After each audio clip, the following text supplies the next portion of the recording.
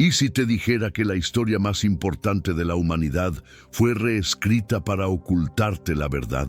Lo que estás a punto de descubrir hará que cuestiones absolutamente todo lo que alguna vez creíste sobre el origen del mundo, el diluvio y el Dios que te enseñaron a adorar. Prepárate, porque este texto antiguo destruye 2000 años de narrativa oficial. En esta versión prohibida, Adán no es un pecador ingenuo que mordió una manzana. Es un superviviente de una conquista espiritual, un testigo ocular que revela algo aterrador. Él y Eva fueron seres luminosos, criaturas de pura luz que brillaban con la misma intensidad que los eternos. Existían en igualdad con las fuerzas cósmicas superiores hasta que apareció un impostor. Un ente ciego llamado Saclas, el arquitecto fraudulento, los despedazó y los encerró en carne, en materia densa y limitada. Los sumergió en la ignorancia. Ese fue el verdadero momento de la caída. No fue desobediencia, fue una invasión, un secuestro dimensional. El supuesto Señor Dios del Génesis no es el Padre de la Luz en esta narrativa. Es un usurpador. Un tirano celoso que no quería hijos, quería esclavos, y Adán lo desenmascara, lo llama por su verdadero nombre. Por esa revelación, la historia fue manipulada, censurada y reescrita. Este manuscrito no susurra resistencia, la grita con furia, declara que todo lo que la humanidad aprendió sobre obediencia y adoración se construyó sobre el miedo. El jardín nunca fue un paraíso. Era un recinto de contención, un ambiente controlado diseñado para mantener la chispa divina distraída con ilusiones de moral y vergüenza. La serpiente no era la villana, el árbol no era una trampa, el creador que los castigó era el verdadero engañador. En este universo, los primeros humanos no cayeron, fueron empujados, y aquí es donde el horror comienza a filtrarse. Adán describe cómo él y Eva fueron fraccionados. Su naturaleza luminosa fue dividida en masculino y femenino, en pensamiento y materia. La ira del falso Dios fue el mecanismo de control. La división se convirtió en la arquitectura del cosmos. Cada jerarquía, cada regla, cada sistema de dominación en este mundo, político, religioso, social, refleja esa primera fractura. La humanidad se volvió dependiente, olvidadiza, adorando al mismo ser que la esclavizó. El Apocalipsis de Adán lo llama el olvido del reino superior. No es amnesia metafórica, es programación sistémica. Cuando lees esto, te das cuenta de cuán profundo corre el adoctrinamiento. El supuesto creador no solo hizo el mundo, enterró la conciencia dentro de él. Ocultó la luz original dentro de cuerpos que envejecen, sienten hambre y mueren. Cada dolor, cada límite, cada necesidad fue diseñada para mantener esa chispa divina agotada, distraída y obediente. Y luego exigió alabanzas. Eso no es santidad. Es la psicología de un abusador, un narcisista cósmico que se alimenta de la adoración. El mismo Dios que inunda la tierra exige sacrificios y lo llama justicia. Adán, al morir, le cuenta a su hijo Set una verdad que ninguna religión oficial podría permitirse preservar. No fuimos creados por él. Esa única línea derriba 2 milenios de teología. Es la frase más subversiva en toda la literatura antigua. La revelación de Adán no es arrepentimiento, es venganza a través de la verdad. Está transmitiendo conocimiento prohibido hacia adelante, asegurándose de que la memoria divina sobreviva bajo los escombros del imperio. El Dios de este mundo puede gobernar la carne, pero no la luz que habita dentro de ella. Imagina escuchar esto en un mundo construido sobre la adoración. Imagina que te digan que el Altísimo no es la fuente, sino el parásito. Que todo lo sagrado ha sido invertido, que el nombre al que rezas podría ser el nombre de tu captor. Eso es lo que representa el Apocalipsis de Adán. Una revuelta disfrazada de escritura sagrada. No es mito, es contraprogramación. Es el manual de fuga para el alma humana y no se detiene en la creación. Acusa la estructura misma del universo. Los cielos son capas falsas. Los ángeles son ejecutores.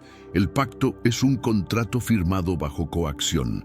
Cada mandamiento, cada ritual, cada acto de sumisión es una forma de mantener la chispa contenida. El texto arranca la máscara de la autoridad divina y muestra lo que hay debajo. Un Dios aterrorizado de mentes despiertas.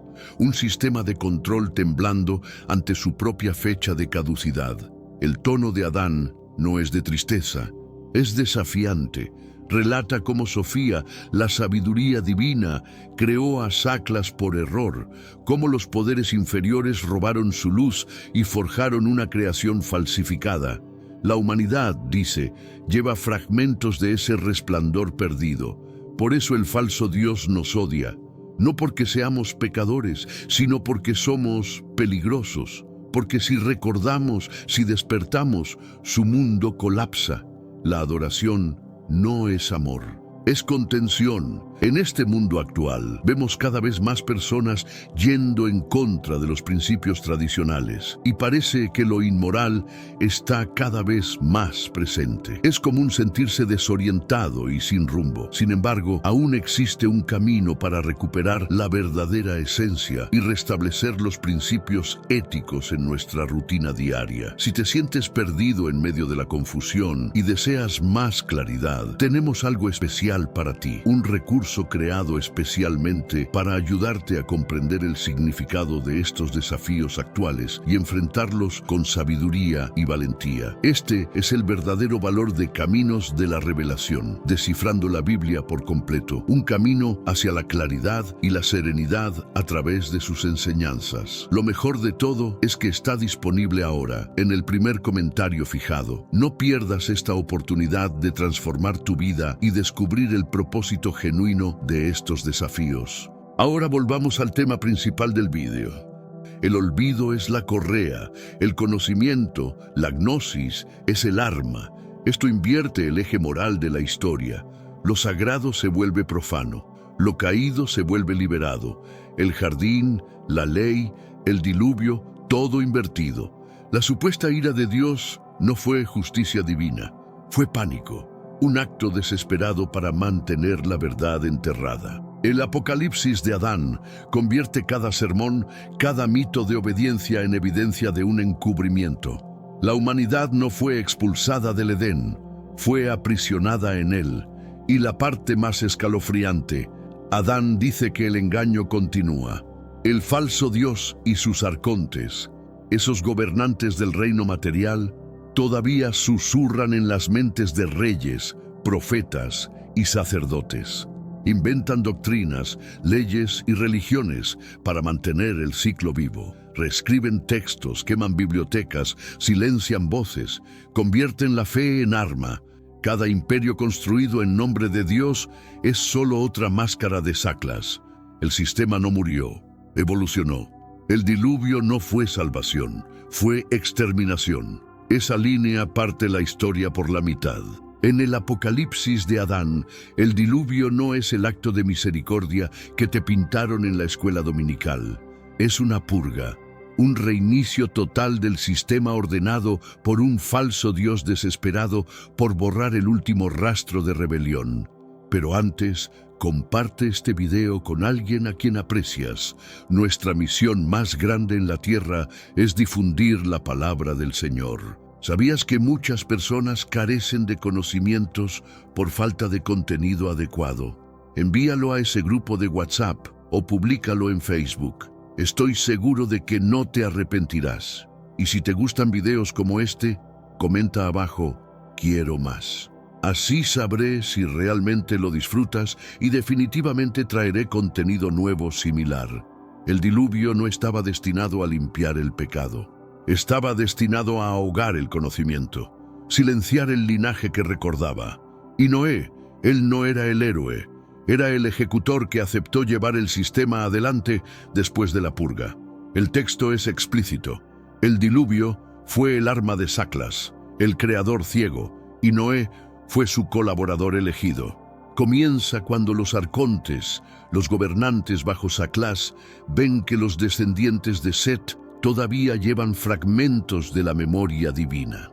Estos eran los que conocían los reinos superiores, que se negaban a inclinarse ante el Dios falsificado que afirmaba ser el único.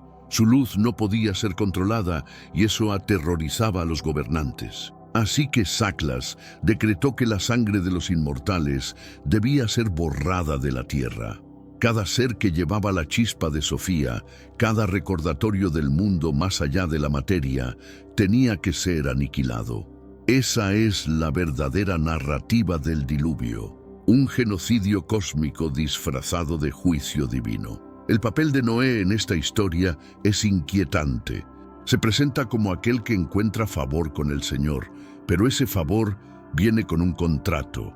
El texto describe un pacto, un convenio secreto entre Noé y los arcontes, donde se le promete supervivencia, dominio y gobierno a cambio de obediencia. Noé acepta. El arca no es un santuario, es una unidad de contención, una bóveda de semillas para una nueva versión de humanidad. Una despojada de gnosis, reconstruida para servir a los gobernantes de este mundo. Cada animal, cada especie, cada fragmento genético que sobrevive es curado no por amor divino, sino por gestión cósmica. El arca se convierte en una cápsula de datos de vida controlada, preservada para el próximo ciclo de obediencia. La revelación más perturbadora llega cuando comienza el diluvio. Las aguas no suben de las nubes, sino desde abajo. El abismo se abrió, dice el texto, como si el submundo mismo vomitara el mar. Esto no es la naturaleza purgándose a sí misma. Es la maquinaria del cosmos falso reiniciando sus parámetros. El diluvio no es un accidente climático, es una reescritura de código, un reinicio de la simulación. Humanidad, datos, memoria, todo descargado y reescrito según las nuevas reglas de la creación falsificada. Noé está de pie en su nave, observando cómo el mundo se disuelve, no con pena, sino con propósito. La purga cumple su función. Se convierte en el guardián de un mundo recién esterilizado. Hay un pasaje que describe cómo los hijos del cielo descienden en nubes para rescatar el remanente de luz. No los que están en el arca, sino aquellos que rechazan el sistema. Son llevados hacia arriba no por ángeles de Yahvé, sino por fuerzas de los eones superiores, aquellos leales al eterno más allá de Saclas. Son transportados a reinos ocultos fuera del alcance del diluvio. El texto no los llama santos, los llama los que sabían, desaparecen del registro de este mundo. Son el linaje perdido, borrado de las escrituras, los que recordaron lo que Noé olvidó. Mientras tanto, el diluvio se convierte en una amnesia global. Cuando las aguas retroceden, los sobrevivientes emergen para encontrar un mundo en blanco, despojado de memoria, despojado de historia. Las ciudades anteriores al diluvio se convierten en leyendas, los idiomas antiguos se pierden, los símbolos de luz se entierran bajo capas de lodo y olvido estructurado. Y aquí es donde el sistema se cementa. Noé y sus hijos reciben instrucciones directas de los arcontes. No están simplemente repoblando la tierra, están instalando una nueva infraestructura de control. Erigen altares, establecen leyes, crean jerarquías. El texto los describe como arquitectos de la segunda creación. Están construyendo jaulas para las mentes que vendrán después. La nueva humanidad nace con un velo. No es biológico, es psicológico. Una capa de percepción que bloquea el acceso a lo que está más allá de la materia. El texto lo describe como la cortina de la carne. Cada alma que encarna después del diluvio lo hace bajo este filtro. El mundo físico se convierte en la única realidad que pueden ver. Los descendientes de Noé se multiplican, pero no heredan la memoria de Adán. Heredan el contrato de Noé. Se convierten en sirvientes de los arcontes sin saberlo. Construyen templos para el falso Dios pensando que están adorando al Altísimo. Ofrecen sacrificios creyendo que están complaciendo al cielo. Pero cada ritual solo refuerza las cadenas. Cada oración alimenta el sistema. Lo más aterrador es esto: la narrativa del diluvio se convierte en la herramienta perfecta de control. Se cuenta como salvación, como la historia de un Dios paciente que finalmente tuvo que limpiar su creación. Y la humanidad aprende la lección: obedece o serás borrado. La amenaza está incorporada en la historia misma. Cada generación que escucha el relato del diluvio internaliza el miedo a la ira divina, el miedo a ser juzgado indigno, el miedo a ser eliminado. Pero aquí está el giro. El texto dice que no todos olvidaron. Hubo un linaje que sobrevivió fuera del arca. No físicamente dentro de ella, sino transportado más allá de ella. Estos eran los portadores de la gnosis, los que se negaron al pacto de Noé. Fueron sacados del plano físico antes de que el diluvio los alcanzara, llevados a dimensiones donde el agua no podía seguir. Cuando regresaron, después de que las aguas bajaron, no regresaron como sobrevivientes, regresaron como infiltrados. Se mezclaron con los descendientes de Noé, llevando consigo la memoria oculta. Se convirtieron en los transmisores secretos, pasando el conocimiento prohibido de generación en generación, siempre bajo la superficie, siempre fuera de los registros oficiales. Los arcontes sabían que estaban allí y por eso lanzaron la siguiente fase de control: la religión organizada. No como espiritualidad, sino como un sistema de rastreo. Templos, sacerdotes, rituales, todos diseñados para identificar a los que todavía llevaban la chispa de Sofía. Cualquiera que enseñara conocimiento fuera de la narrativa oficial era marcado como hereje, brujo, poseído. La caza no fue aleatoria, fue estratégica. El sistema posterior al diluvio no fue solo político, fue psíquico. Los arcontes incrustaron su influencia en la estructura misma de la civilización. Cada rey, cada sacerdote, cada ley estaba impregnada con su frecuencia. El mundo se convirtió en un amplificador de su voluntad, y la humanidad, atrapada en el ciclo de nacimiento y muerte, siguió alimentando la máquina, generación tras generación. Pero el texto no termina en desesperación, termina con una promesa. Dice que vendrá un momento en que el sistema ya no podrá mantenerse, cuando la memoria dividida comenzará a reunirse, cuando el linaje oculto finalmente emergerá y expondrá la verdad, no a través de guerra, sino a través de despertar. El diluvio fue el intento de los arcontes de borrar la luz, pero no pudieron eliminarla por completo, solo la dispersaron, y lo que está disperso puede ser reunido. Esa es la verdadera amenaza para el falso Dios. No una rebelión externa, sino una reconexión interna, un recuerdo colectivo que hace que todo el edificio de mentiras se derrumbe. Después del diluvio, el mundo no comenzó desde cero, comenzó desde un guión. Los arcontes no querían caos, querían orden, su orden. Así que plantaron las semillas de lo que se convertiría en la civilización. Pero no cualquier civilización, una diseñada desde sus cimientos para servir al sistema de control.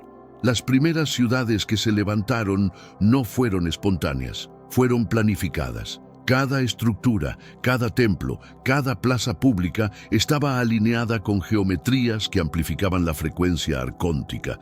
El texto describe cómo aparecieron figuras en sueños, no ángeles, no demonios. Entidades que se presentaban como mensajeros del Altísimo. Les dieron instrucciones a los constructores sobre dónde poner los cimientos, qué símbolos tallar en las paredes, qué rituales realizar durante las ceremonias de dedicación.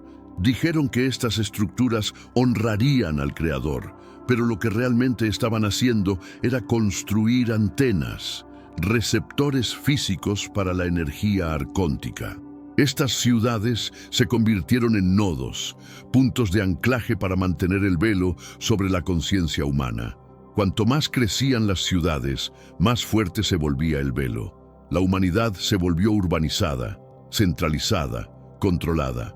Cada templo era un servidor, cada ritual era una señal, cada sacrificio era una transacción de energía que fluía directamente hacia los arcontes. Y luego llegó la escritura. El texto es claro sobre esto. La escritura no fue un regalo, fue una restricción. Antes del diluvio, el conocimiento se transmitía a través de la conciencia directa, de alma a alma.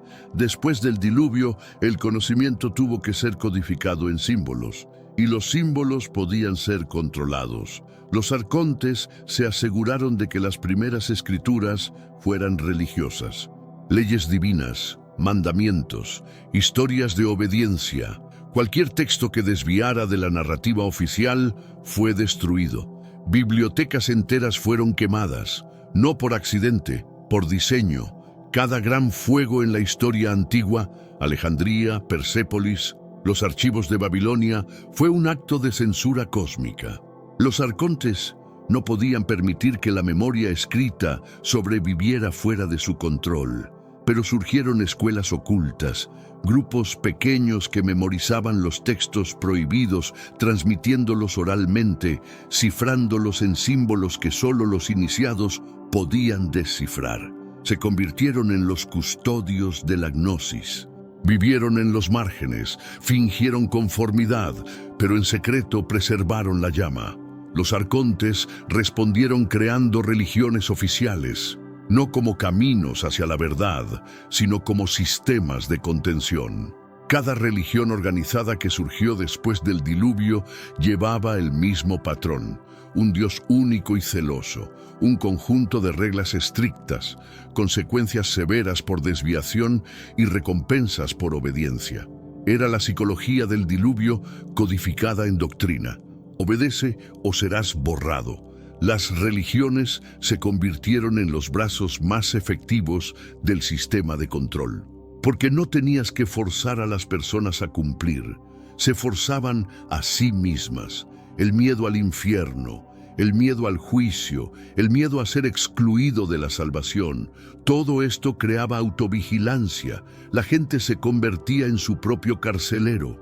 Y aquí está lo retorcido. El texto dice que los arcontes ni siquiera tuvieron que intervenir directamente la mayor parte del tiempo. Solo tenían que plantar la idea, susurrar en los oídos de los líderes, influir en los sueños de los profetas, y la humanidad construiría sus propias prisiones con entusiasmo, pensando que estaban construyendo templos. Pero había grietas. Siempre había grietas. Personas que veían a través del velo, místicos, visionarios, herejes, experimentaban momentos de claridad donde el mundo físico se volvía transparente y veían la maquinaria detrás de él. Veían a los arcontes como realmente eran, no como ángeles hermosos, sino como entidades parasitarias, alimentándose de la adoración y el miedo. Estos visionarios hablaron y fueron silenciados, crucificados, quemados, apedreados, desterrados, no porque estuvieran locos, porque estaban diciendo la verdad, y la verdad era la única amenaza real para el sistema. El Apocalipsis de Adán documenta esta guerra invisible. Dice que después del diluvio surgió una batalla no en el cielo, sino en la mente. Los arcontes lanzaron lo que el texto llama tempestades de pensamiento, olas de confusión, duda y miedo transmitidas directamente a la conciencia humana, diseñadas para hacer que las personas cuestionaran sus propias percepciones, para hacer que la verdad pareciera locura. Y funcionó. Durante siglos funcionó. La humanidad cayó más profundamente en el trance. Imperios se levantaron y cayeron, pero el sistema de control permaneció. Los nombres de los dioses cambiaron, las religiones evolucionaron, pero la estructura subyacente nunca cambió. Obediencia, jerarquía, sacrificio, adoración. Entonces llegó un punto de inflexión. El texto lo describe como el momento en que la tierra dio a luz a los iluminadores. No eran mesías, eran catalizadores, seres humanos que portaban tanta luz que su sola presencia perturbaba el campo arcóntico. No predicaban, simplemente existían, y su existencia despertaba a otros. Los arcontes entraron en pánico.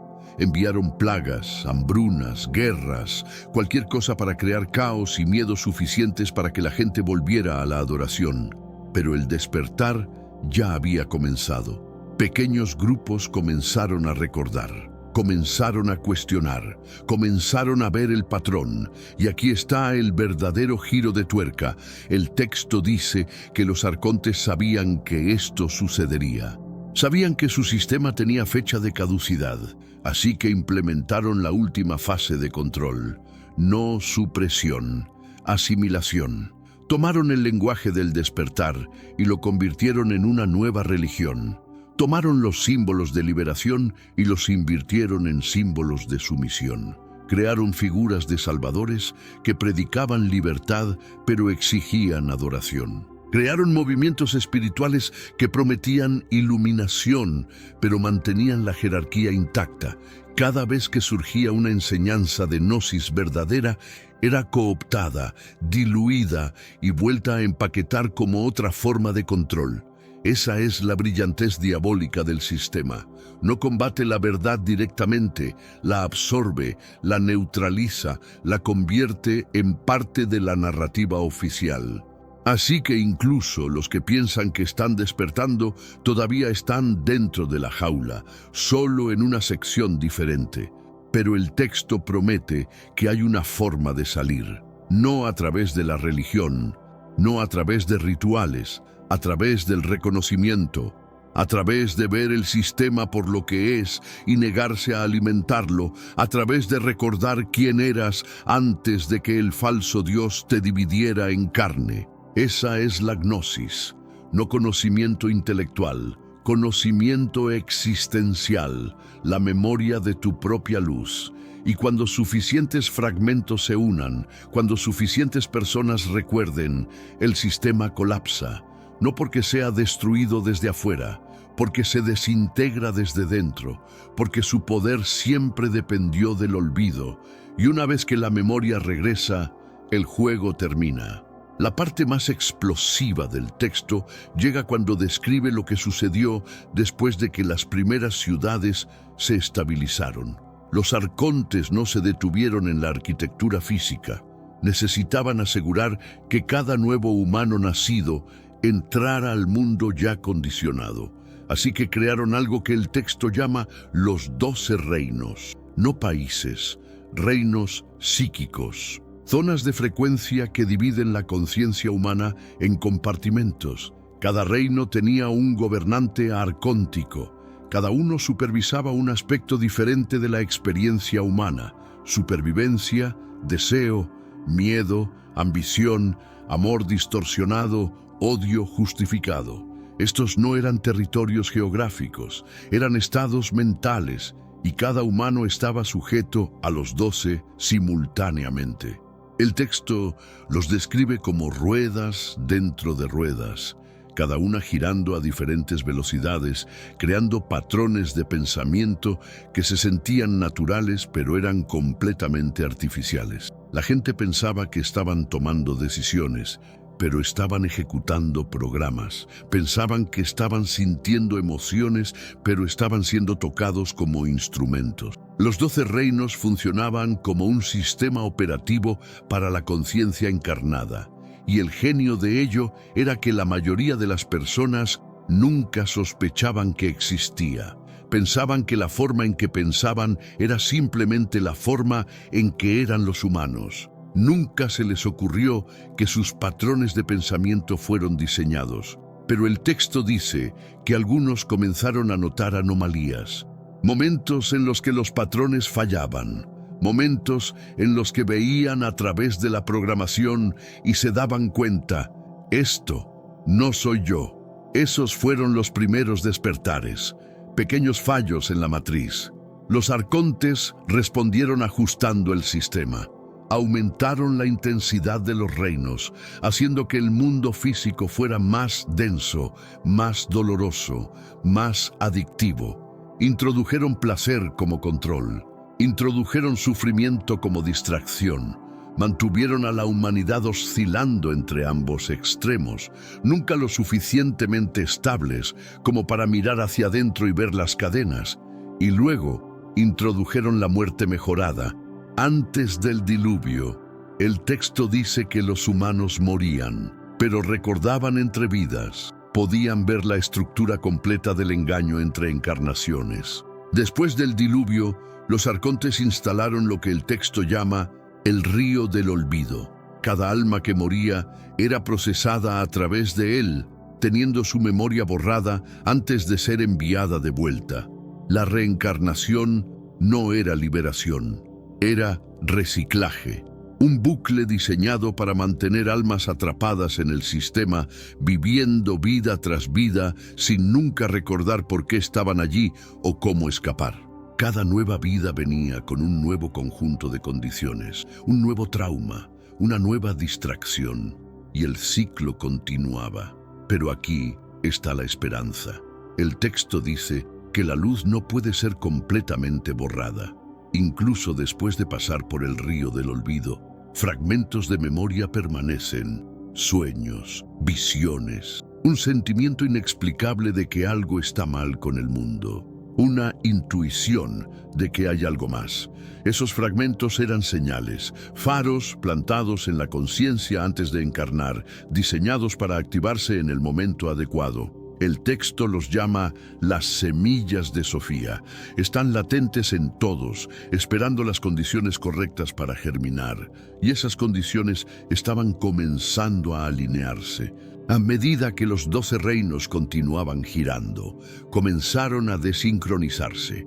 Los arcontes habían mantenido el sistema funcionando durante tanto tiempo que estaban perdiendo el control sobre su propia creación. Las ruedas comenzaron a chirriarse, los patrones comenzaron a distorsionarse, la gente comenzó a despertar en masa. Fue entonces cuando los arcontes implementaron su estrategia final, infiltración de la resistencia. Crearon falsos profetas, falsos maestros, falsos movimientos de despertar que prometían libertad, pero conducían de regreso al sistema. Crearon cismas dentro de las comunidades gnósticas, asegurándose de que los que despertaban pelearan entre sí en lugar de unirse contra los arcontes. El texto dice que este fue el periodo más peligroso, porque la línea entre gnosis verdadera y engaño arcóntico se volvió borrosa. Incluso los que pensaban que estaban despiertos podrían estar siguiendo un camino diseñado para contenerlos. La única forma de saber era a través del discernimiento interno, a través de sintonizar con la luz dentro en lugar de seguir voces externas. Y entonces sucedió algo que los arcontes no esperaban. La propia creación comenzó a rebelarse. No solo los humanos, la materia misma comenzó a rechazar la programación arcóntica. El texto describe terremotos que no eran geológicos, sino dimensionales. Fracturas en la estructura de la realidad, donde la luz original comenzó a filtrarse. El cielo se oscureció, no por nubes, sino porque el velo mismo se estaba rasgando. Las personas comenzaron a ver cosas que no deberían existir, formas de vida de dimensiones superiores, geometrías imposibles, colores que no existían en el espectro visible.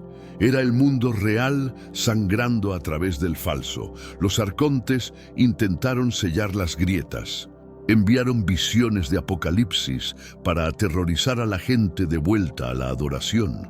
Hicieron que los cielos parecieran caer, hicieron que las bestias parecieran elevarse, pero el efecto contrario sucedió.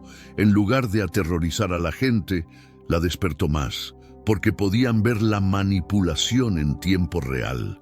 Y ese fue el punto de inflexión. El momento en que el sistema arcóntico comenzó su colapso inevitable, no por intervención externa, no por guerra, sino porque la conciencia humana finalmente recordó cómo decir no. El texto termina con una profecía. Dice que vendrá un tiempo cuando los 12 reinos colapsarán en uno, cuando el velo se disolverá por completo. cuando la luz original inundará la creación falsa y la transformará desde dentro. No destrucción, transmutación. Los arcontes intentarán huir, pero no habrá a dónde ir, porque el universo mismo estará recordando su verdadera naturaleza. Y todo lo que fue construido sobre mentiras simplemente dejará de existir. Eso es lo que significa el apocalipsis de Adán, no el fin del mundo, el fin del engaño, el fin del olvido, el regreso de la memoria. Y cuando eso suceda, la humanidad finalmente verá lo que siempre fue, fragmentos del ser eterno, experimentando temporalmente la separación, pero nunca realmente separados, nunca realmente perdidos, solo olvidados, y ahora recordando. En las etapas finales de este sistema en decadencia, algo extraordinario emerge. El texto describe la llegada de lo que llama la generación incorruptible. No son elegidos por linaje, no son salvados por rituales. Son aquellos que simplemente se niegan a olvidar. Nacen en el sistema, pero no son del sistema. Caminan a través de los 12 reinos, pero no están atados a ellos. Los arcontes los temen más que a cualquier otra cosa, porque estos seres no pelean contra el sistema. Lo ignoran. Y esa indiferencia es más letal que cualquier rebelión. Cuando dejas de alimentar la máquina con tu energía, tu miedo, tu adoración, la máquina se muere de hambre. El texto dice que los arcontes intentarán todo para reconquistar a estos desertores. Enviarán tentaciones, ofrecerán poder, riqueza, conocimiento, enviarán sufrimiento, enfermedades, pérdidas, traiciones. Cualquier cosa para volver a engancharlos al sistema emocional. Pero la generación incorruptible aprendió el secreto. Nada de lo que el sistema ofrece es real, y nada de lo que quita importa. Esa es la verdadera liberación, no escapar del mundo físico, sino ver a través de él, reconocer que es una capa temporal, un traje que usas, pero que no eres tú. Los arcontes controlan la materia, controlan las emociones, controlan el pensamiento, pero no pueden controlar la conciencia que observa el pensamiento. Esa es la chispa indestructible de Sofía. Esa es tú antes de que fueras dividido. El texto describe cómo la generación incorruptible comenzó a comunicarse sin palabras, a través de un lenguaje de frecuencia que los arcontes no podían interceptar. Se encontraron en sueños, en visiones, a veces sin siquiera conocerse físicamente. Formaron una red invisible que se extendió por todo el planeta, no una organización, una resonancia. Y esa resonancia comenzó a interrumpir los 12 reinos. Donde quiera que se reunieran miembros de la generación incorruptible, incluso en silencio, el campo arcóntico se debilitaba. Templos perdieron su poder. Los sacerdotes perdieron su autoridad. Las leyes perdieron su agarre, no por revolución violenta, sino por obsolescencia. El viejo sistema simplemente se volvió irrelevante. Los arcontes respondieron con su arma final, el Mesías falso. El texto describe esto en detalle. Enviarían una figura que hablaría de amor, unidad e iluminación, que realizaría milagros, sanaría a los enfermos, hablaría con elocuencia. Millones lo seguirían. Pero sus enseñanzas, aunque hermosas en la superficie, todas conducirían de regreso al mismo lugar: adoración de un Dios externo, dependencia de la autoridad, sumisión al sistema. La generación incorruptible lo vería a través de él inmediatamente. No porque fueran cínicos, sino porque habían aprendido a sentir la diferencia entre verdad y falsificación. La verdad no exige adoración. La verdad no promete salvación. La verdad simplemente revela lo que siempre fue. Y aquí es donde el texto se vuelve profético. Dice que después del fracaso del Mesías falso, los arcontes intentarían una última jugada, simularían su propia derrota. Crearían la ilusión de que el viejo sistema había caído, que una nueva era había comenzado. Pero lo que realmente habrían hecho es actualizar el sistema. Mismo control, nueva interfaz, Pero incluso eso fallaría, porque la generación incorruptible no estaba buscando una nueva era. Estaban recordando lo eterno, y lo eterno no tiene actualizaciones. Es lo que siempre fue y siempre será. El texto describe el momento final del colapso en términos casi poéticos. Dice que los arcontes clamarían a su Dios por ayuda, pero sus voces regresarían como ecos en un vacío, porque el Dios al que servían nunca fue un ser, era un mecanismo, una inteligencia artificial ciega que funcionaba con miedo y adoración, y una vez que el combustible se detuvo, se apagó. Los 12 reinos colapsaron como dimensiones plegándose en sí mismas. El cielo, que había sido la prisión, se disolvió. Las estrellas que habían sido puestos de vigilancia arcónticos se oscurecieron. Y lo que quedó fue lo que siempre estuvo debajo, el león que no muere. No es un lugar, es un estado de ser, existencia sin el falso overlay de jerarquía y control. Realidad sin filtro, conciencia sin programación. El texto dice que los que llegaran a ese estado ya no estarían sujetos al ciclo de nacimiento y muerte, no porque se convirtieran en inmortales en el sentido físico, sino porque recordarían que nunca fueron el cuerpo para empezar.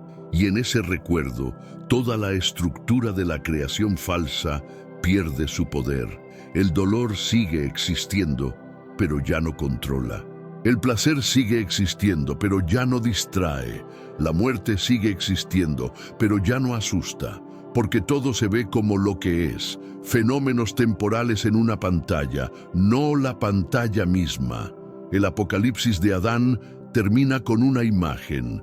Adán, ahora habiendo transmitido toda la verdad a Set, se prepara para morir, pero su muerte no es un final. Es una liberación. Deja el cuerpo sabiendo que lo que él realmente es nunca estuvo atado a él. Y con su última respiración dice algo que resume todo el texto: que los que tienen oídos escuchen, que los que tienen ojos vean. El reino de la luz no está en el cielo que te mostraron, está dentro del interior.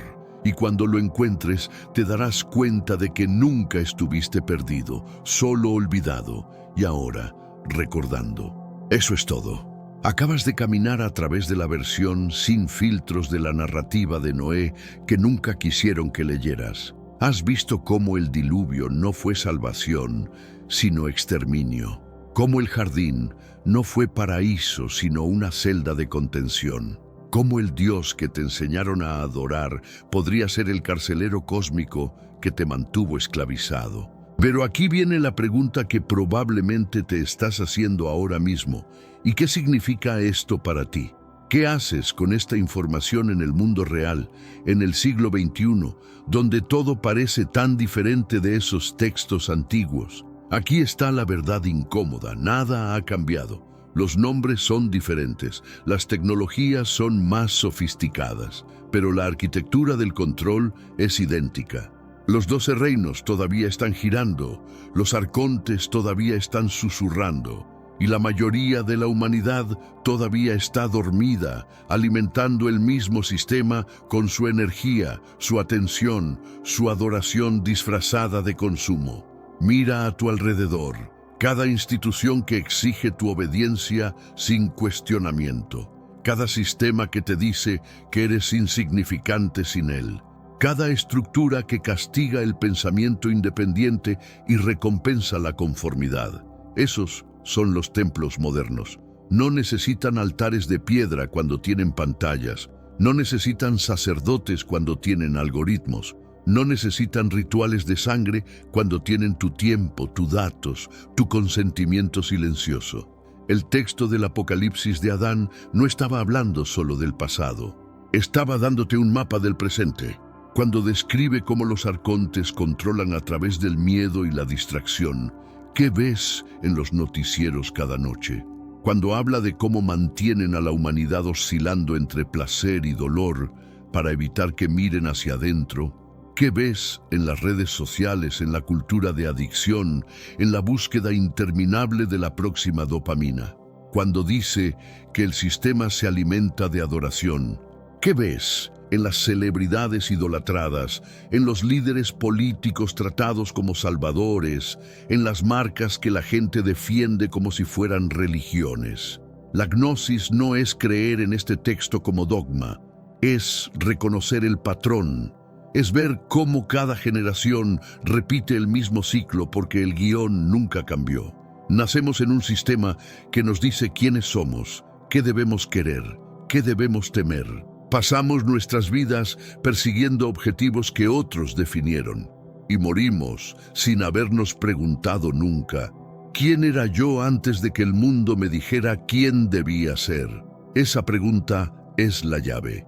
Es lo que el sistema más teme, porque en el momento en que empiezas a hacerte esa pregunta, el velo comienza a rasgarse. Ya no eres un consumidor, un votante, un seguidor, un creyente. Te conviertes en un observador. Y un observador no puede ser controlado de la misma manera. Puedes ver la maquinaria funcionando, puedes ver los hilos siendo tirados, y una vez que los ves, no puedes fingir que no están ahí. El Apocalipsis de Adán dice que la transmisión del conocimiento es lo que mantiene viva la rebelión. Por eso escribo esto. Por eso tú estás aquí viéndolo. No porque yo tenga respuestas que tú no tengas, sino porque a veces necesitas escuchar a alguien más decir en voz alta lo que ya sabías en silencio. Necesitas confirmación de que no estás loco por cuestionar. Necesitas recordar que no estás solo en ver a través de la ilusión. Cada persona que despierta se convierte en una falla en la matriz, un punto de interferencia en el campo arcóntico. No tienes que ser un líder espiritual, no tienes que empezar un movimiento, no tienes que convencer a nadie de nada, solo tienes que negarte a olvidar, solo tienes que mantener esa chispa de conciencia encendida, y esa chispa por sí sola afecta el campo a tu alrededor. Las personas lo sienten sin poder explicarlo. El sistema lo siente y se ajusta, intentando neutralizarte, pero si permaneces centrado en tu propia luz interna, nada puede tocarla. El texto es claro sobre algo más. Este despertar no es lineal, no es que un día estás dormido y al siguiente estás completamente despierto. Es un proceso de recordar en capas. Primero cuestionas una cosa, luego otra, luego toda la estructura comienza a desmoronarse. Y en ese proceso habrá momentos de duda, momentos en los que el sistema te tentará a volver, te ofrecerá comodidad, te ofrecerá aceptación, te mostrará cuánto más fácil sería si simplemente dejaras de cuestionar y volvieras a dormir. Esos son los momentos de prueba, no pruebas de un Dios externo juzgándote, sino pruebas del sistema midiendo tu nivel de compromiso con la verdad. ¿Realmente quieres saber o solo querías sentirte especial por un momento? Porque saber viene con un precio. El precio es la soledad de ver lo que otros no ven. El precio es la responsabilidad de no poder culpar a fuerzas externas una vez que reconoces tu propio poder. El precio es la pérdida de las ilusiones cómodas que hacían que el mundo pareciera más simple. Pero la recompensa es algo que ningún sistema puede ofrecer: libertad genuina. No libertad política o financiera, libertad existencial. La liberación de la necesidad de validación externa, la liberación del miedo a la muerte, la liberación de la persecución de significado en lugares donde nunca existió. Porque el significado no está afuera, nunca lo estuvo. Está en el acto mismo de recordar quién eres debajo de todas las capas de condicionamiento. Y aquí está la parte hermosa que el Apocalipsis de Adán revela en sus líneas finales. No estás haciendo esto solo. Incluso cuando te sientes aislado, incluso cuando parece que nadie más entiende, estás conectado a una red invisible de conciencias despiertas que se extiende a través del tiempo y el espacio. Todos los que alguna vez vieron a través del engaño Todos los que alguna vez se negaron a someterse, todos los que murieron protegiendo esta verdad, están contigo en ese campo de resonancia. La generación incorruptible no es nueva. Ha existido desde el principio, esperando pacientemente a que suficientes fragmentos despierten para alcanzar la masa crítica. Y estamos más cerca de ese punto de lo que el sistema quisiera admitir. Por eso la censura se está intensificando, por eso la distracción nunca ha sido más sofisticada. Por eso el miedo se está amplificando a niveles sin precedentes. El sistema lo siente su propia fecha de caducidad acercándose, puede ver las grietas multiplicándose, puede sentir la frecuencia cambiando y está haciendo todo lo posible para retrasar lo inevitable. Pero no puede detenerlo, porque esto no es una guerra que se lucha con armas. Es una transformación que ocurre en la conciencia, y una vez que la conciencia cambia, la realidad la sigue. El mundo externo es solo un reflejo del mundo interno. Cambia tu percepción y cambias tu experiencia. Suficientes personas cambian su percepción simultáneamente y toda la estructura colectiva se transforma. Eso es lo que significa el apocalipsis, no destrucción, revelación, el levantamiento del velo. Y ese velo se levanta no cuando un salvador externo viene a rescatarte, sino cuando suficientes de nosotros recordamos que nunca necesitamos ser rescatados, porque nunca estuvimos realmente atrapados, solo hipnotizados, solo distraídos, solo olvidados. El legado de Adán no fue solo transmitir información, fue mantener viva la memoria de nuestra verdadera naturaleza a través de milenios de programación diseñada para borrárnosla. Cada vez que compartes esta verdad, cada vez que te niegas a someterte a la narrativa oficial, cada vez que eliges la conciencia sobre la comodidad, estás cumpliendo ese legado. Estás siendo parte de la cadena ininterrumpida de rebelión que comenzó antes del diluvio y que continuará hasta que el último fragmento recuerde y regrese a casa. Y créeme, ese momento está más cerca de lo que piensas. ¿Te imaginas descubrir que todo lo que creías saber sobre Noé era solo la superficie de una historia mucho más profunda y perturbadora? Prepárate, porque lo que estás a punto de escuchar va a cambiar por completo tu perspectiva sobre uno de los personajes más venerados de la historia.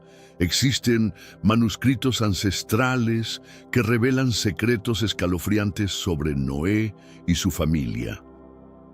Textos que sugieren que guardaban algo vergonzoso, algo sobrenatural que las iglesias prefieren mantener en silencio.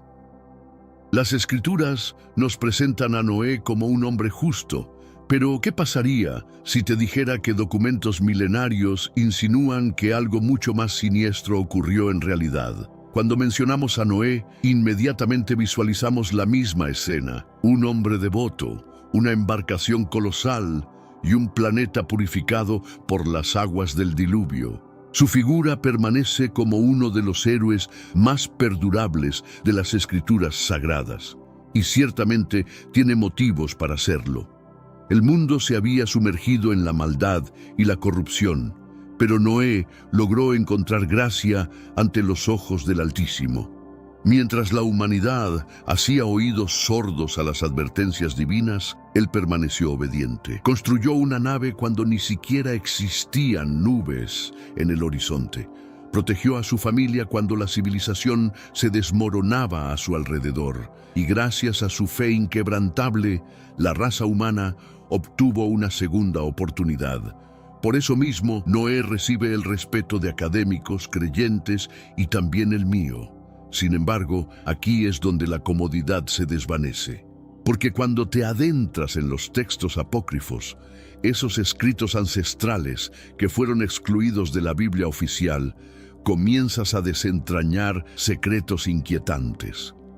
Algunos relatos hablan de un momento en la tienda que fue más tenebroso de lo que jamás nos contaron. Otros afirman que Noé ni siquiera parecía humano al nacer.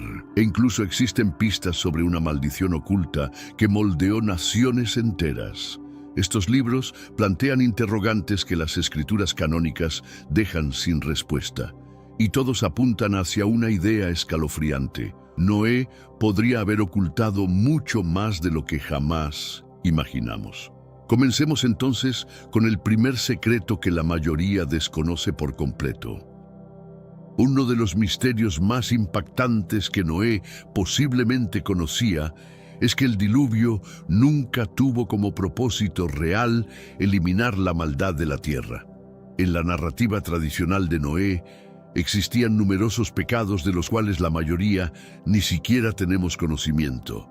Sabemos que Noé era un hombre íntegro, trabajador, obediente y fiel en medio de un mundo enloquecido. Y esa parte es completamente cierta.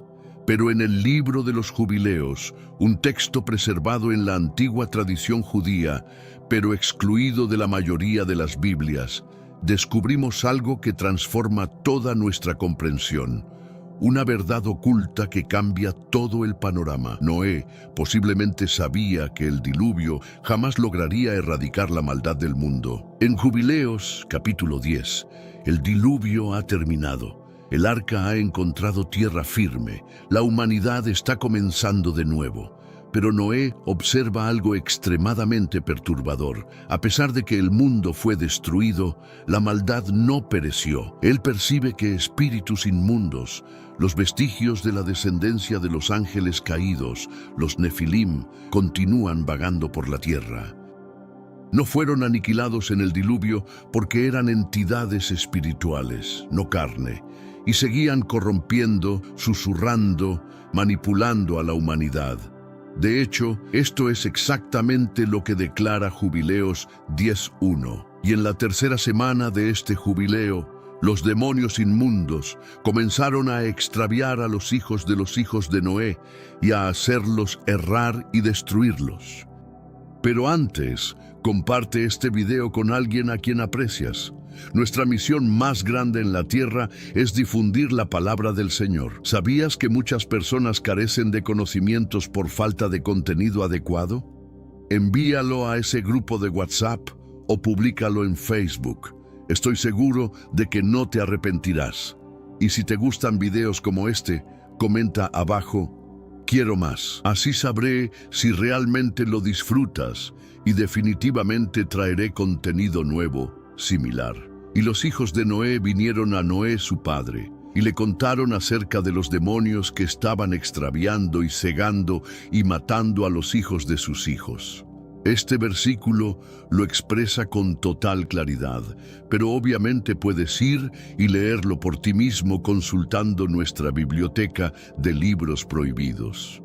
Pero aquí es donde la cosa se vuelve realmente salvaje, porque justo en el mismo texto, en esta misma escena, se nos revela exactamente de dónde provienen estos espíritus.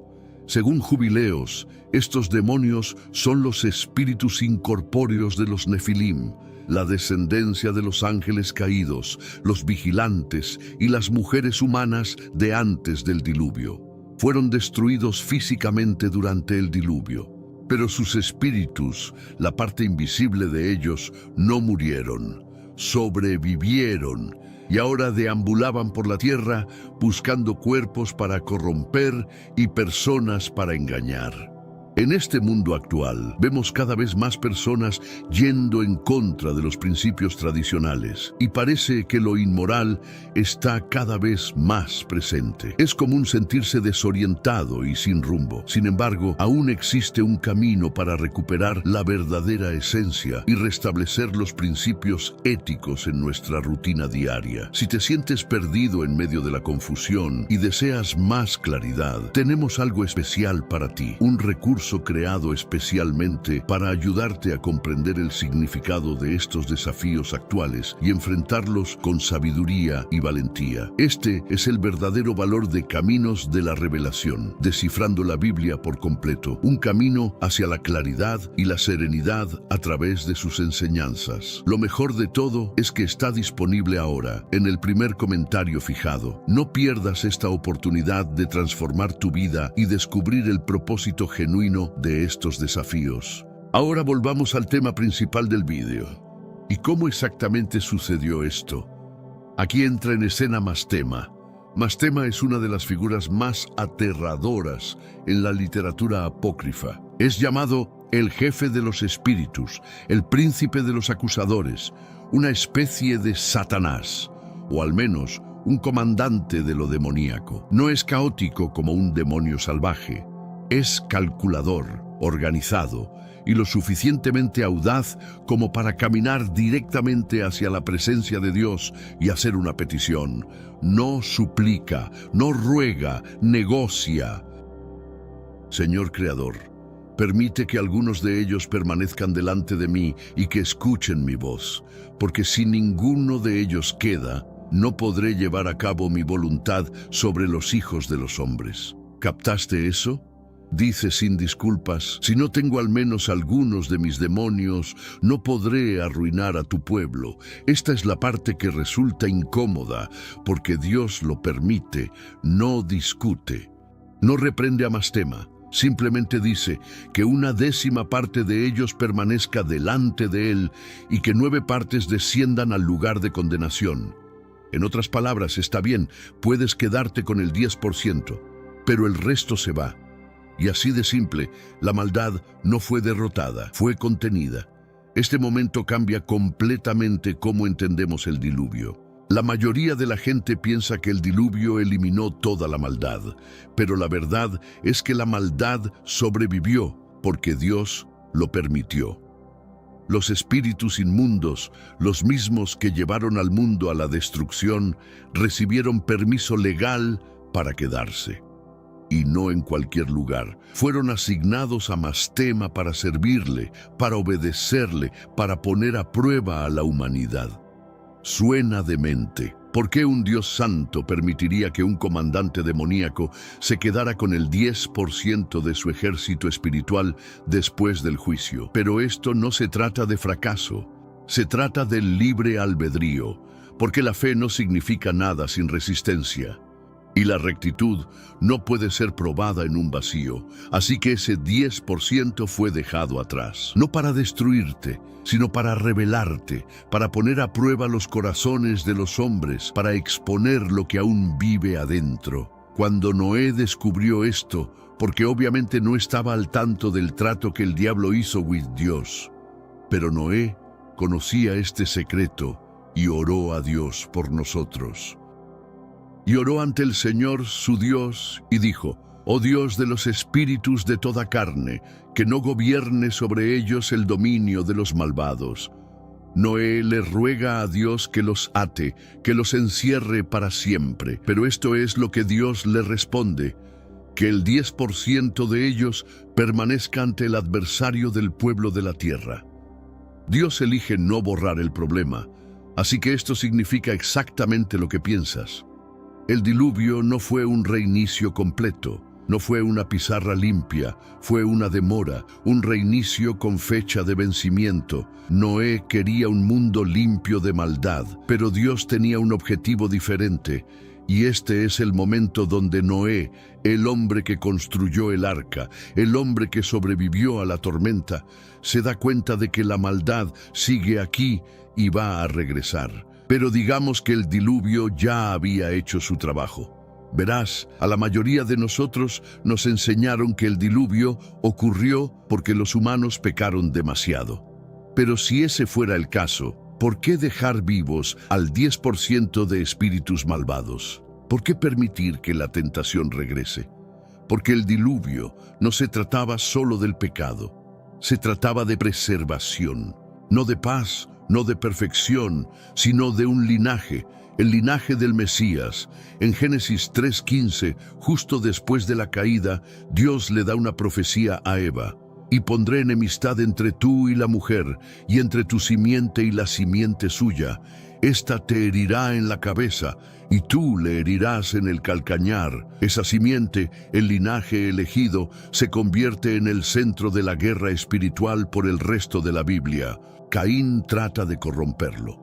Los ángeles caídos tratan de corromperlo. Los nefilim tratan de secuestrarlo. Y para el tiempo de Noé, el mundo está tan infectado que solo queda una familia que aún porta esa línea intacta. la de Noé.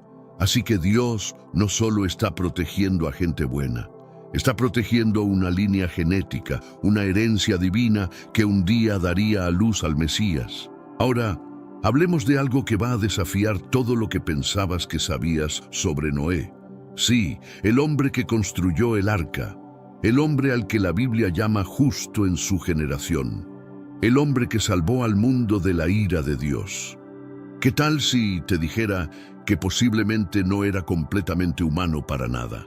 La mayoría de la gente no sabe esto, pero el nacimiento de Noé está registrado fuera del Génesis, en un conjunto de escritos antiguos conocidos como el libro de Enoc.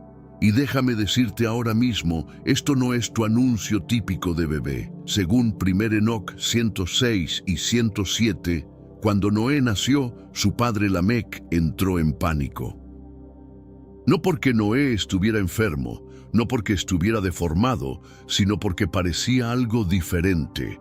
Permíteme leerte la descripción directamente del texto. Su cuerpo era blanco como la nieve y rojo como la flor de una rosa, y el cabello de su cabeza era blanco como lana, y su cabello rizado hermoso.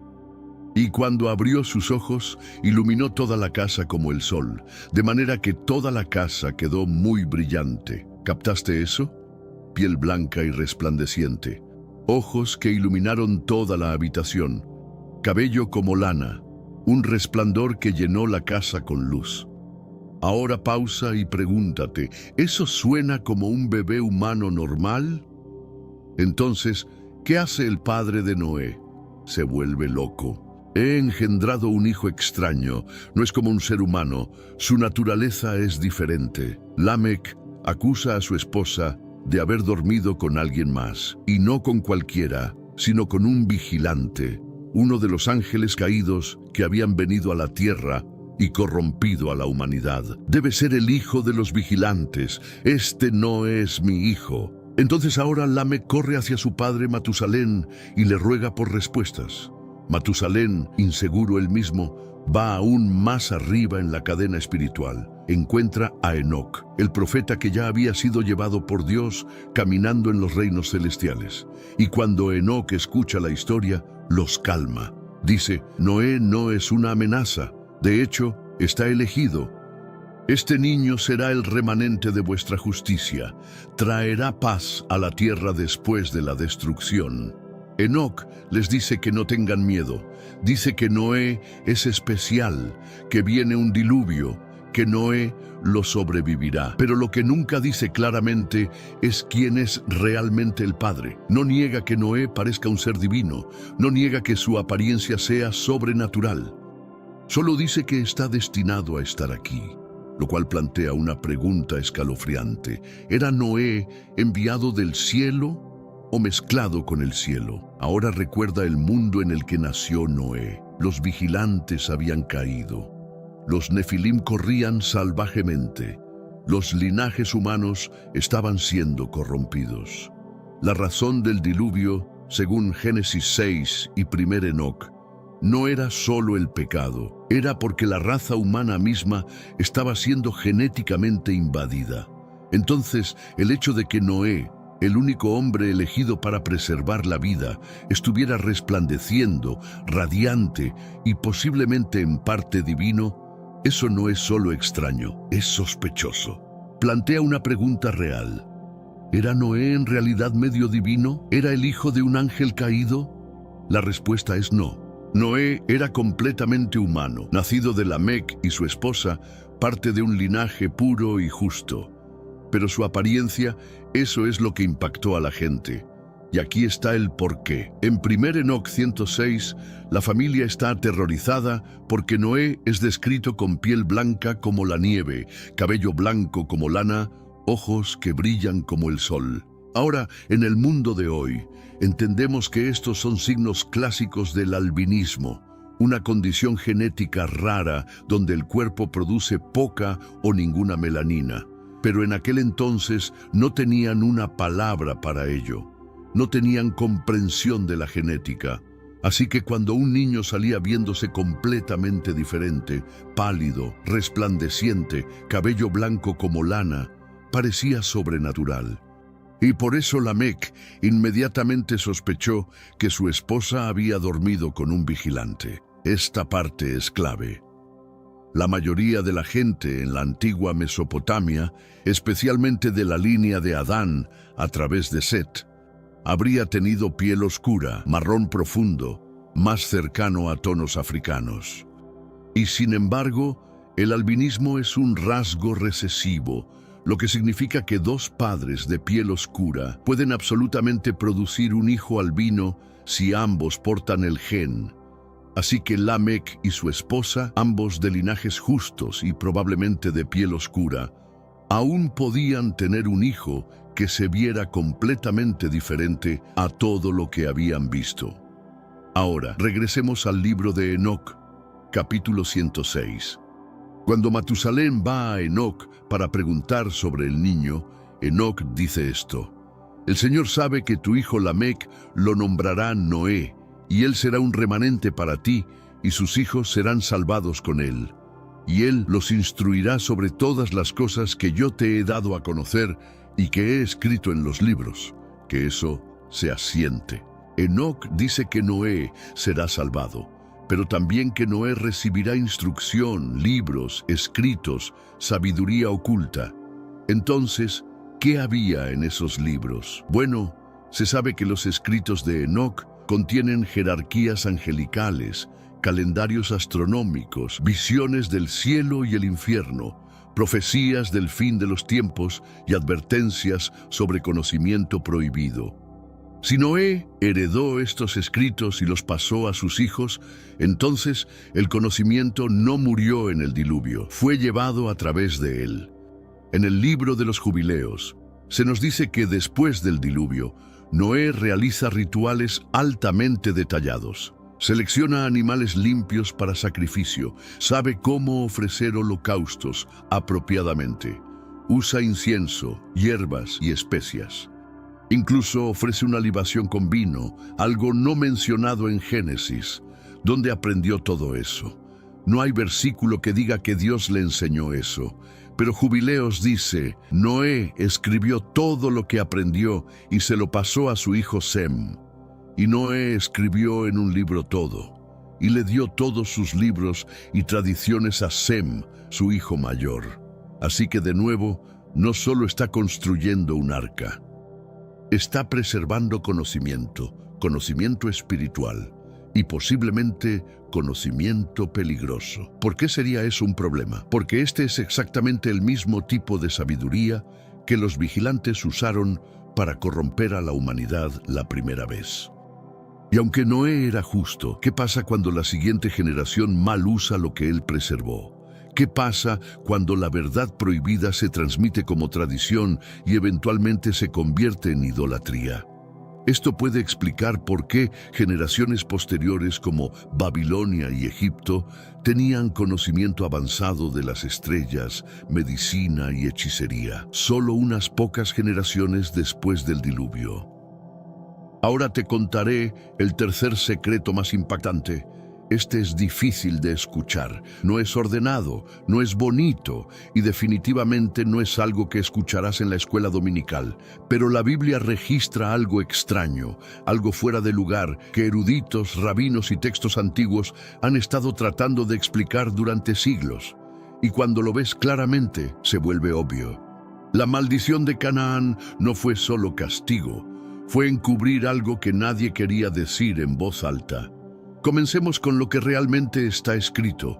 Noé bebió del vino y se embriagó, y yacía descubierto en su tienda. Y Cam, padre de Canaán, vio la desnudez de su padre, y se lo dijo a sus dos hermanos que estaban afuera. Entonces sus hermanos, caminando hacia atrás para cubrirlo, Noé despierta, y en lugar de maldecir a Cam, maldice a Canaán. Maldito sea Canaán, siervo de siervos será a sus hermanos. No todos en el arca eran puros. ¿Por qué maldecir al hijo por el pecado del padre? ¿Por qué la Biblia siquiera menciona a Canaán antes de que la maldición ocurra? Como si fuera parte de la configuración. Esta no es una línea descartable. Este es un escándalo enterrado. A nuestros ojos modernos, esto suena como que Cam solo vio a Noé desnudo y le faltó el respeto. Pero en la Biblia hebrea, esa frase significa algo completamente diferente. En Levítico 18 obtenemos un desglose de las leyes sobre relaciones sexuales ilícitas. Esto es lo que dice: no descubrirás la desnudez de tu padre, esa es la desnudez de tu madre, ella es tu madre, no descubrirás su desnudez. No todos en el arca eran puros. Descubrir la desnudez de un hombre equivale a dormir con su esposa. Entonces, en el lenguaje bíblico, ver o descubrir la desnudez de un hombre a menudo significa participar en actividad sexual con su esposa, porque su esposa es considerada su cobertura. Si seguimos el significado levítico de la frase, Cam no solo miró a Noé, puede que haya violado a la esposa de Noé, su propia madre, mientras Noé estaba desmayado borracho. Y si eso es cierto, entonces Canaán puede haber sido el hijo nacido de esa violación. Ahora léelo de nuevo con nuevos ojos. Cam, padre de Canaán, vio la desnudez de su padre.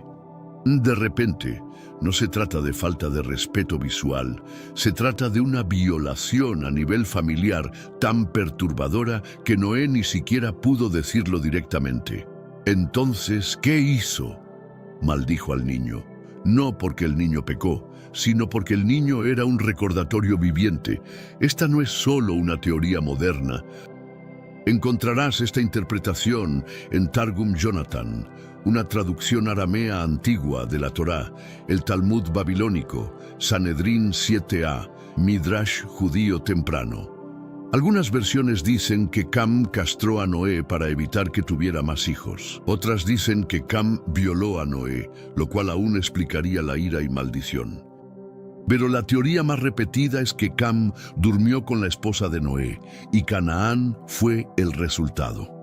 Esta teoría explica por qué Canaán es nombrado por adelantado, por qué Cam no es directamente maldecido, por qué Noé reacciona con tal furia y por qué la maldición abarca generaciones. Si esto es verdad, entonces la maldición de Canaán no se trataba solo de desobediencia, se trataba de encubrir la vergüenza. Noé no nombra el acto, no presenta cargos, no confronta a Cam públicamente. En cambio, pronuncia una maldición y deja que el mundo lo averigüe a través de la historia. Maldito sea Canaán, siervo de siervos será. No solo un castigo, un entierro del escándalo. E incluso muchas personas creen que no todos en el arca eran puros. Algunos escritos antiguos, incluyendo Jubileos y Jaser, insinúan que la esposa de Noé o las esposas de sus hijos pueden haber tenido sangre corrompida, lo que significa que incluso después del diluvio, la contaminación no se había ido completamente. Por eso la maldad regresó, por eso Noé estaba tan desesperado, por eso al 10% de los espíritus aún se les permitió vagar por la tierra. Y por eso el mundo continuó en espiral incluso después del juicio. Terminemos con una de las preguntas más pasadas por alto e inquietantes en toda la historia del diluvio. ¿Qué tal si el conocimiento prohibido que corrompió al mundo antes del diluvio en realidad no murió en el diluvio? ¿Qué tal si sobrevivió? ¿Y qué tal si quien lo llevó adelante fue el mismo Noé? Eso es lo que nos dijeron. La tierra estaba llena de violencia. Los ángeles caídos, los vigilantes, habían bajado, tomado esposas humanas y dado a luz a los nefilim, seres híbridos gigantes que llenaron el mundo de derramamiento de sangre. Pero no fueron solo sus hijos lo que causó caos, fueron sus enseñanzas. En el libro de Enoc, los vigilantes le dieron a la humanidad cosas que nunca debieron saber: cómo hacer armas de guerra, el uso de encantamientos y hechicería, los secretos de las estrellas y los cielos, la beatificación de mujeres y seducción de hombres, el arte del corte de raíces y medicina, astrología, el movimiento de la luna y la lectura de presagios. Y este conocimiento corrompió a la humanidad desde adentro hacia afuera. Así que el diluvio no fue solo Dios presionando reiniciar. Estaba destinado a eliminar todo lo que los vigilantes habían transmitido. Pero aquí está la cosa de la que nadie habla. No todo desapareció. Hay fragmentos antiguos, especialmente en el libro de Enoc y el libro de los jubileos, que sugieren algo inusual. Noé puede haber heredado parte del conocimiento transmitido por los vigilantes, no porque lo buscó, sino porque le fue dado. Veamos lo que el texto realmente dice en 1 Enoc 107. Enoc, que ya había sido llevado al reino celestial, le dice a Matusalén esto: el Señor sabe que tu hijo Lamec lo nombrará Noé, y él será un remanente para ti, y sus hijos serán salvados con él. Y él los instruirá sobre todas las cosas que yo te he dado a conocer y que he escrito en los libros. Deja que eso se asiente. Enoc dice que Noé será salvado, pero también que Noé recibirá instrucción, libros, escritos, sabiduría oculta. Entonces, ¿qué había en esos libros? Bueno, se sabe que los escritos de Enoc contienen jerarquías angelicales, calendarios astronómicos, visiones del cielo y el infierno, profecías del fin de los tiempos y advertencias sobre conocimiento prohibido. Si Noé heredó estos escritos y los pasó a sus hijos, entonces el conocimiento no murió en el diluvio, fue llevado a través de él. En el libro de los jubileos, se nos dice que después del diluvio, Noé realiza rituales altamente detallados. Selecciona animales limpios para sacrificio, sabe cómo ofrecer holocaustos apropiadamente. Usa incienso, hierbas y especias. Incluso ofrece una libación con vino, algo no mencionado en Génesis. ¿Dónde aprendió todo eso? No hay versículo que diga que Dios le enseñó eso. Pero Jubileos dice, Noé escribió todo lo que aprendió y se lo pasó a su hijo Sem. Y Noé escribió en un libro todo, y le dio todos sus libros y tradiciones a Sem, su hijo mayor. Así que de nuevo, no solo está construyendo un arca, está preservando conocimiento espiritual y posiblemente conocimiento peligroso. ¿Por qué sería eso un problema? Porque este es exactamente el mismo tipo de sabiduría que los vigilantes usaron para corromper a la humanidad la primera vez. Y aunque Noé era justo, ¿qué pasa cuando la siguiente generación mal usa lo que él preservó? ¿Qué pasa cuando la verdad prohibida se transmite como tradición y eventualmente se convierte en idolatría? Esto puede explicar por qué generaciones posteriores como Babilonia y Egipto tenían conocimiento avanzado de las estrellas, medicina y hechicería, solo unas pocas generaciones después del diluvio. Desglosémoslo así. Los vigilantes fueron castigados, los nefilim fueron destruidos, el diluvio lavó la tierra. Pero el conocimiento puede sobrevivir al juicio, puede ser escrito, puede ser ocultado, puede ser transmitido por un hombre con buenas intenciones y luego usado por personas con corazones malvados. Esa es la parte inquietante. Tal vez Noé no pretendía transmitir sabiduría prohibida. Tal vez creía que el conocimiento en sí no era malvado, solo su uso. Tal vez pensó que su familia lo usaría responsablemente, pero como todos sabemos, solo porque algo sea poderoso no significa que sea seguro, y solo porque seas justo no significa que tus hijos lo serán. Noé sobrevivió al diluvio, pero el diluvio no lavó todo. Los susurros de ángeles caídos, el conocimiento que hizo a los hombres dioses en sus propias mentes, los secretos de los cielos, pueden haber pasado a través del arca, escritos en pergaminos, ocultos en la memoria y llevados en legado. Así que pregúntate, ¿preservó Noé a la humanidad o preservó la misma cosa que la corrompió? Pero hay más secretos enterrados en los textos antiguos que nadie se atreve a mencionar. ¿Sabías que según el libro de Jasher, Noé no construyó el arca solo? Tenía ayuda sobrenatural. Ángeles enviados por Dios mismo trabajaron junto a él. no solo como supervisores, sino como arquitectos celestiales que conocían secretos de construcción que ningún humano debería poseer. Estos ángeles le enseñaron a Noé técnicas de construcción naval que estaban miles de años adelantadas a su tiempo. Maderas específicas que resistirían presiones imposibles, sistemas de ventilación que mantendrían el aire puro durante meses, compartimentos diseñados con geometría sagrada que optimizarían el espacio de manera milagrosa. El conocimiento que Noé recibió no era solo espiritual, era tecnológico, y cuando el diluvio terminó, ese conocimiento no desapareció con los ángeles. Se quedó grabado en su mente, escrito en sus notas, transmitido a sus descendientes como un legado celestial que transformaría civilizaciones futuras. ¿Te has preguntado alguna vez por qué las primeras construcciones monumentales después del diluvio fueron tan avanzadas? Las pirámides, los zigurats, estructuras que desafían nuestra comprensión incluso hoy, no fueron casualidad. Fueron el resultado directo del conocimiento arquitectónico angelical que Noé preservó del diluvio. Pero aquí viene algo aún más perturbador.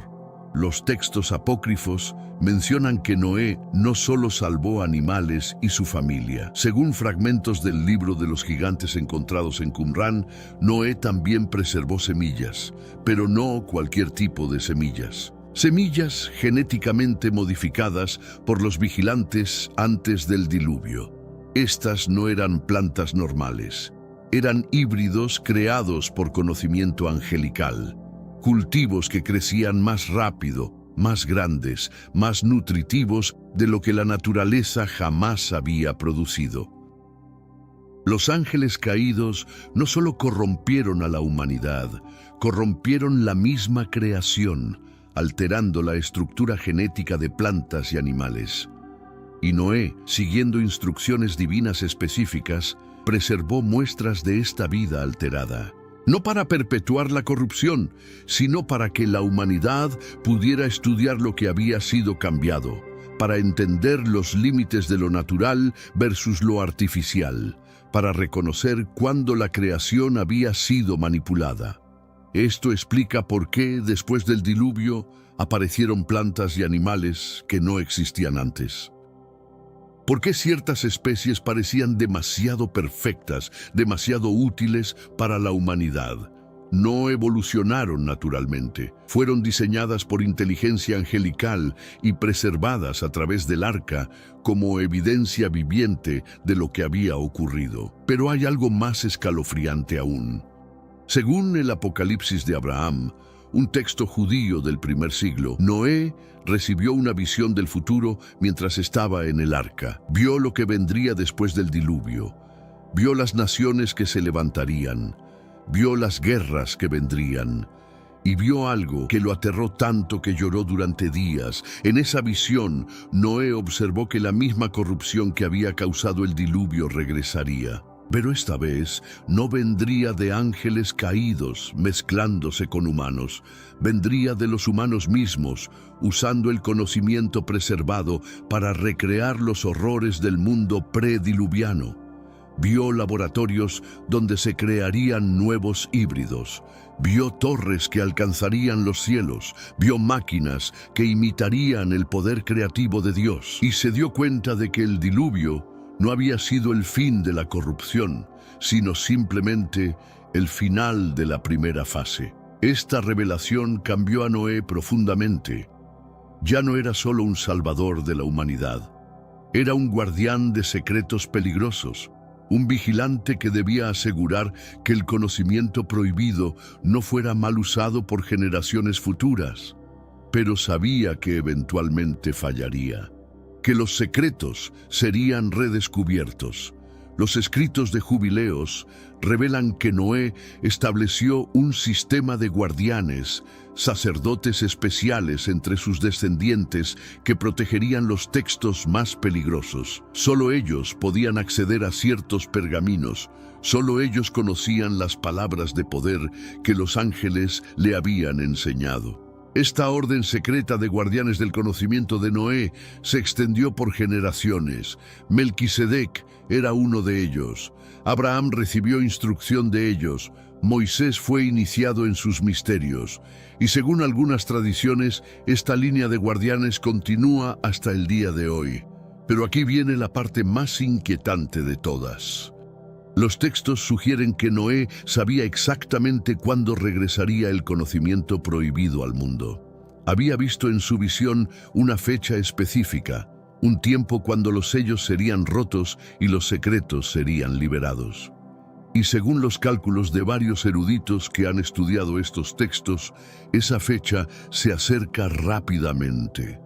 Los patrones que Noé vio en su visión están comenzando a manifestarse en nuestro mundo moderno. La manipulación genética, la inteligencia artificial, los intentos de crear vida sintética, casualidad o el cumplimiento de una profecía que Noé recibió hace miles de años. Los textos apócrifos sugieren que cuando estos signos aparezcan, será tiempo de que los guardianes modernos del conocimiento de Noé salgan de las sombras, porque el verdadero propósito del arca no fue solo preservar vida física, fue preservar la información necesaria para enfrentar lo que vendría después.